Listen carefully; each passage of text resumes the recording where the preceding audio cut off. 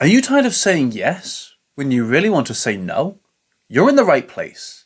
This is your guide to standing firm and protecting your peace. Let's journey from passive to powerful together. And make sure to stick around for the bonus tip at the end of this video.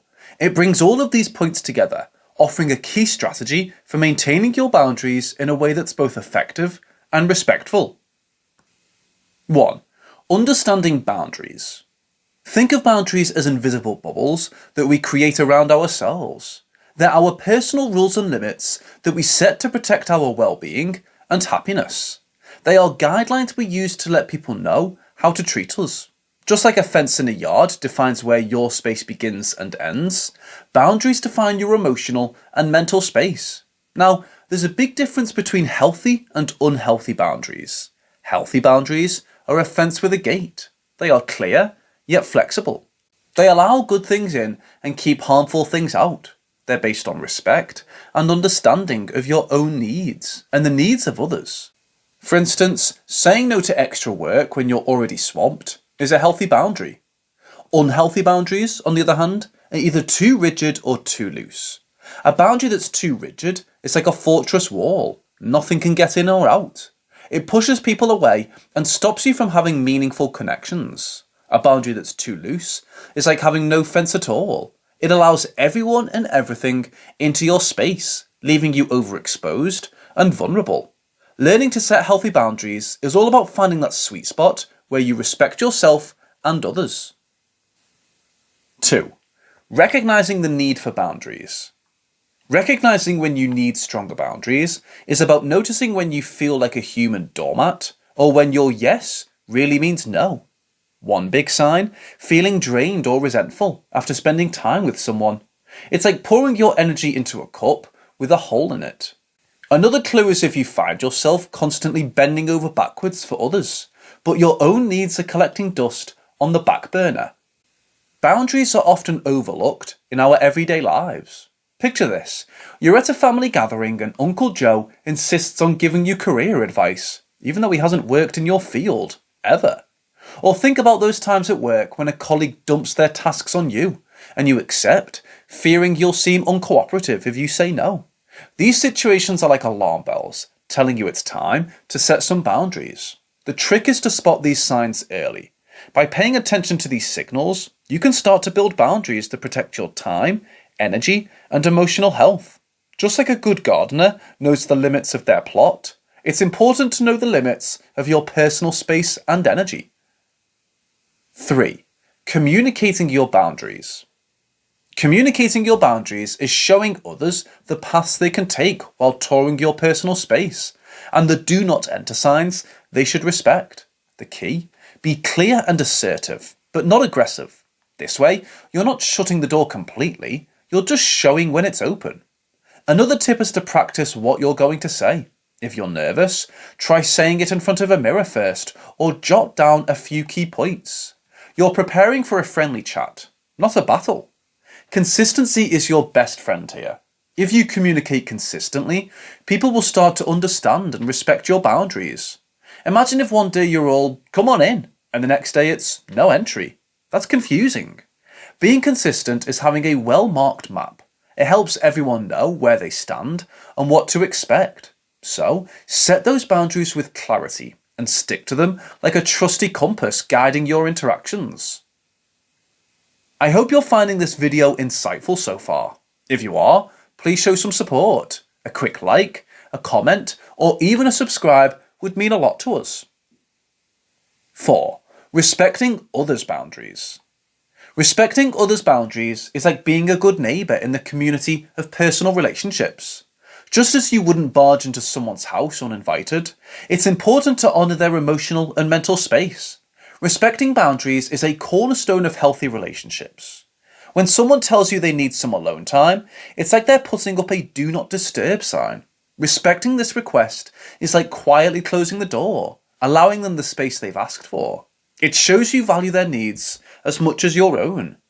Mutual respect for boundaries is very important for long-lasting, healthy relationships.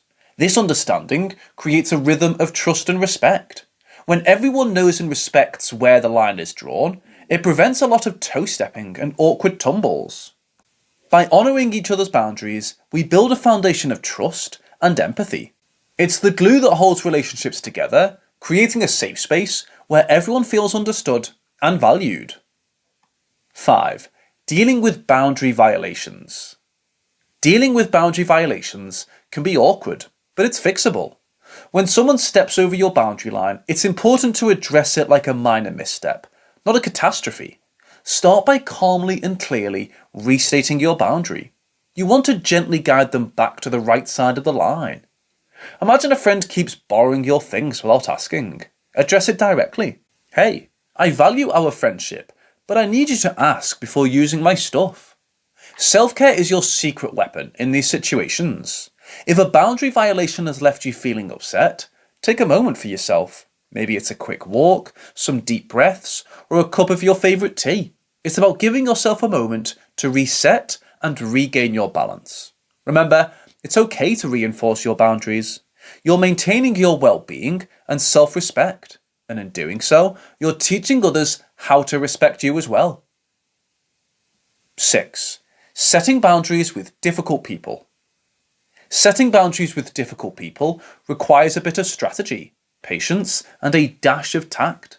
Let's face it, some people don't take a hint as easily as others, especially in places like work or family gatherings. Start by being crystal clear about your limits. It's giving directions with a bright, flashing neon sign, not a whisper. For example, if a co-worker constantly interrupts your lunch break with work talk, be upfront.